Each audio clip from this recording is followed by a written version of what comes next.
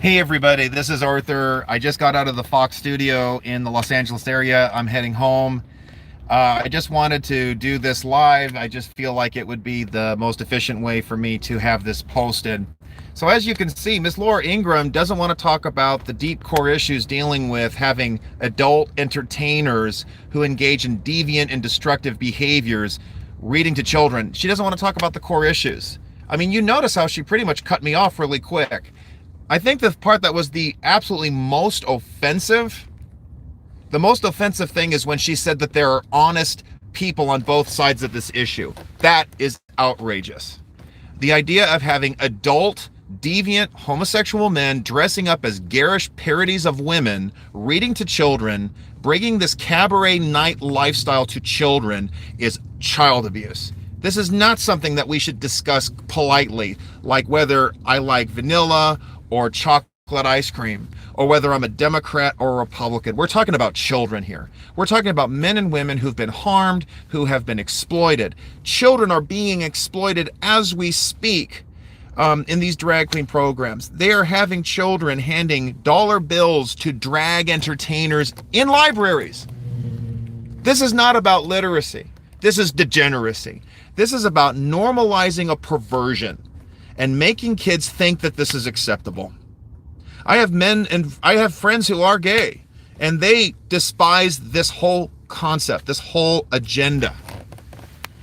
We have homosexuals who've contacted our main office in Waltham, and they tell us very plainly, we are not born gay. We don't like drag queen story hour anything. Children should not be introduced to any of this. And lo and behold, Laura Ingram wants to actually defend this. This is a very perverse problem. We need more men and women, mothers and fathers out there. We are with you. Mass Resistance is with you. Contact us, our main office. Our website is www.massresistance.org. We want to assist and equip you, to guide, to inform, to organize, to help you to fight this, to protect your children, to protect the life and livelihood of your culture. We look forward to helping you. And I just think Miss Ingram just got busted today. I think it's very sad. Someone made a comment on Twitter. She's so worried about losing advertisers because I have the courage to say the truth. Homosexuality is a destructive behavior. And the drag queen nightlife that's connected with it is not good either. And this is an LGBT agenda. This is the penultimate of this. We have mothers and fathers who worry about what to do for their children, who struggle with sexual identity, same-sex issues, etc. And I've heard too many horror stories to be silent and to be politically correct. And I think it's sad that when you have one news anchor on the Fox News network who doesn't want to hear the whole truth about this, that's a real shame. I'm not interested in finding common ground anymore. Sexual perversion should not be around children. Period. Now, since Miss Ingram didn't want to allow me to share some comments, let me share some of the comments I was hoping I could share with the public. I guess a grand total of 5 people will watch this. That's okay. First of all, about mass resistance. We have supporters all over the world, in many of the United States as well as across the country. So there's that. This is what Drag Queen Story Hour is all about. It's just what it sounds. Drag queens reading stories to children in libraries, schools, and bookstores. It captures the imagination and play of gender fluidity of childhood and gives kids glamorous, unabashedly queer role models. Any one of the drag queens that is going to read in any of those libraries, you can look over their social media profiles. You will see them engaging in all kinds of illicit, perverse, overt sexual acts. They have disgusting names like Ann Abortion or Amphetamine, Molestia Child. These are the names of drag queens. Do we really want people like that reading to our children? Apparently, Laura Ingram seems to be okay with that. That's really too bad. But to me, it's a very scary proposition when you have so-called conservative media that's just as cowardly. That doesn't want to take a stand against an agenda that corrupts families, that hurts children, that hurts adults. Folks, it looks like Laura Ingram isn't worth watching anymore, especially when you have a so-called progressive Christian justifying this. I mean, it's just unsightly. It's unseemly. So this is it. Gender fluidity. What is that? It doesn't exist. It's a lie. You either believe that or you don't. There's no middle ground on that. There's male and female. We should teach boys and girls to love being boys and girls.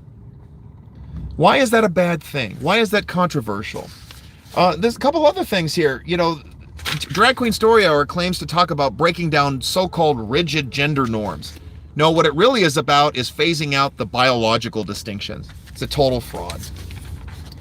Here's a couple of things you should also, I mean, I've already said, Drag Queen Story Hour. Drag Queen Story Hour is not about diversity.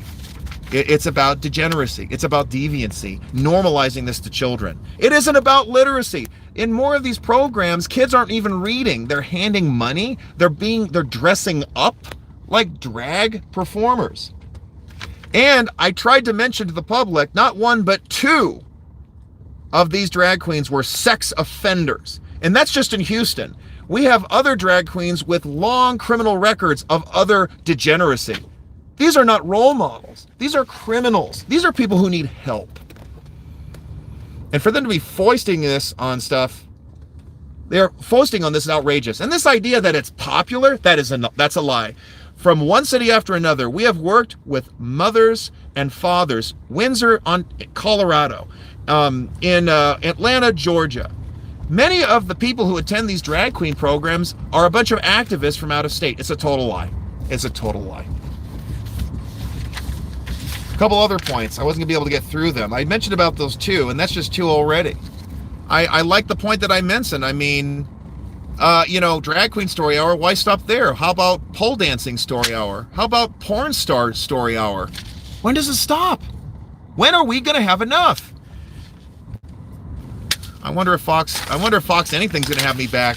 Maybe Tucker Carlson would have given me more of an audience. I don't know. He had the courage to ask the question, why do we put up with this? We don't. I wanted to let him know, we're not putting up with this. We're not. So for the 5 or 6 of you watching this, thank you. Tracy Shannon, a shout out to you for doing all the excellent research. We're not done yet. We found a lot of dirt on the Drag Queen Story Hour program in Ames, Iowa. We found a lot of dirt on what's going on with the stuff in Pennsylvania, Washington State. Things are moving along very well. And, to all the people out there who treat LGBT as some kind of an identity, it's not. Robert Oscar Lopez is a good friend of mine. He used to be gay. He's not gay anymore, folks. There's no such thing as being born that way. And Drag Queen Story Hour, this whole agenda is about making homosexuality and transgenderism not only normal, but acceptable and should be embraced. And that's just a lie. These are behaviors that hurt. They're destructive. And I don't really care who gets upset or otherwise about it. That's all I can say right now. I'll be in touch with you later.